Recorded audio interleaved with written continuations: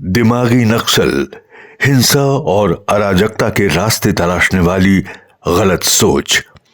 लीजिए सुनिए दैनिक पत्रिका में प्रकाशित प्रधानमंत्री सलाहकार परिषद के सदस्य माननीय श्री गौरव वल्लभ के लेख का ये ऑडियो संस्करण। प्रस्तुतकर्ता भाजपा संगवारी।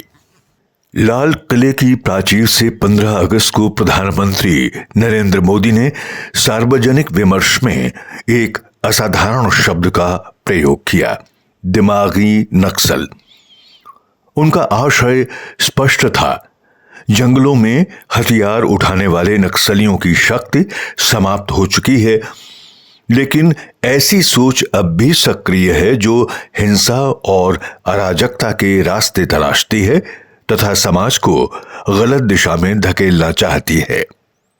यानी बंदूक पर विजय के बाद अब उस मानसिकता और तंत्र को परास्त करना है जो कभी बंदूक को वैचारिक औचित्य देते थे। सरकारी आंकड़ों के अनुसार 2014 में देश के 126 जिले वामपंथी उग्रवाद से प्रभावित थे। मार्च अप्रैल 2026 तक यह संख्या घटकर 0 हो गई। सर्वाधिक प्रभावित जिलों की संख्या भी 35 से घटकर 0 हो गई। वर्ष 2014 में नक्सली घटनाओं की संख्या 870 थी, जो 2025 में घटकर 2034 रह गई। इन आंकड़ों का अर्थ है कि कभी नक्सल प्रभावित रहे गांवों में सड़कें बन सकती हैं, स्कूल, अस्पताल, मोबाइल टावर तथा बैंक शाखाएं किसी हथियारबंद गिरोह की अनुमति के बिना संचालित हो सकती हैं। परंतु हिंसा का भूगोल सिकुड़ जाने से हिंसा को सही ठहराने वाली सोच अपने आप समाप्त नहीं होती। इसी संदर्भ में दिमागी नक्सल को समझना होगा। सबसे पहले इसकी संवैधानिक सीमा तय करना जरूरी है।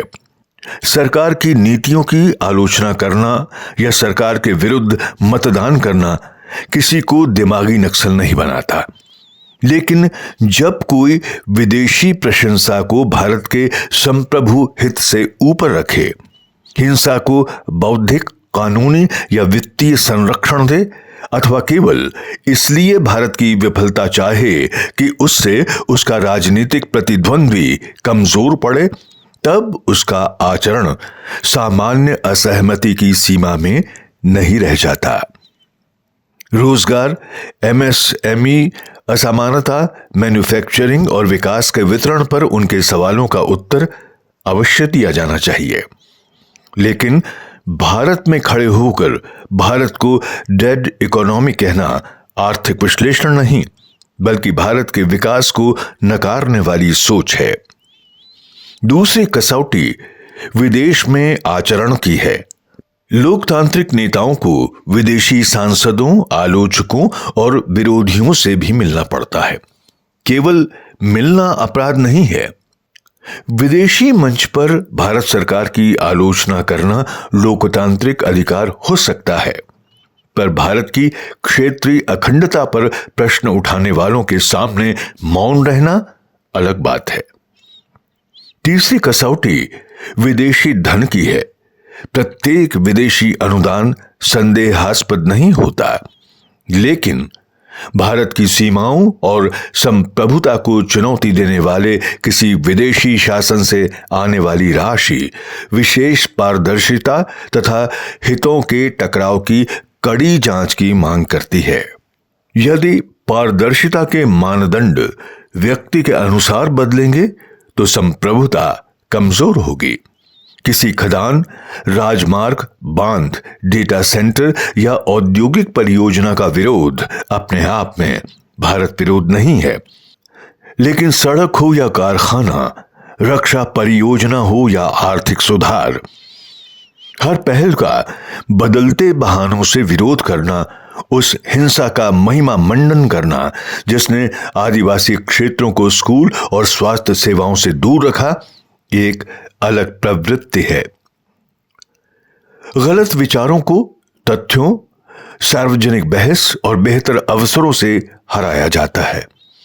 विदेशी फंडिंग में पूरी पारदर्शिता हो, हिंसा और तोड़फोड़ के विरुद्ध कानून दृढ़ता से लागू हो और युवाओं के लिए शिक्षा, कौशल, उद्यम तथा सार्वजनिक सेवा के विश्वसनीय रास्ते खुलें। 4 प्रश्न इस शब्द के दुरुपयोग को रोक सकते हैं। क्या संबंधित व्यक्ति सत्ता परिवर्तन के लिए संवैधानिक मार्ग स्वीकार करता है? क्या वो हर पक्ष की हिंसा की समान रूप से निंदा करता है?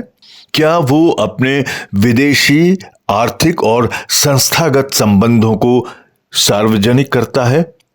और क्या वो भारत की सफलता चाहता है, भले ही उसका श्रेय किसी राजनीतिक विरोधी को मिले?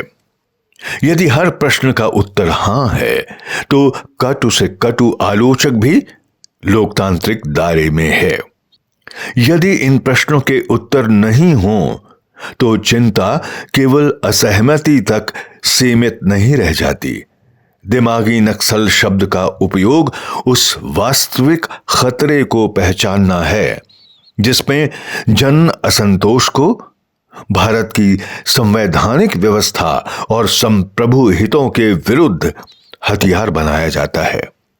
हमें व्यक्ति का उत्पीड़न नहीं, असंवैधानिक तरीकों का प्रतिकार करना है।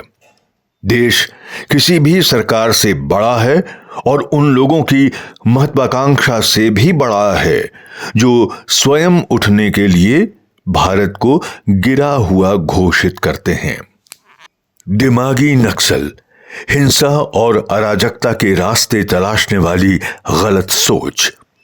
आप सुन रहे थे दैनिक पत्रिका में प्रकाशित प्रधानमंत्री सलाहकार परिषद के सदस्य माननीय श्री गौरव वल्लभ के लेख का ये ऑडियो संस्करण।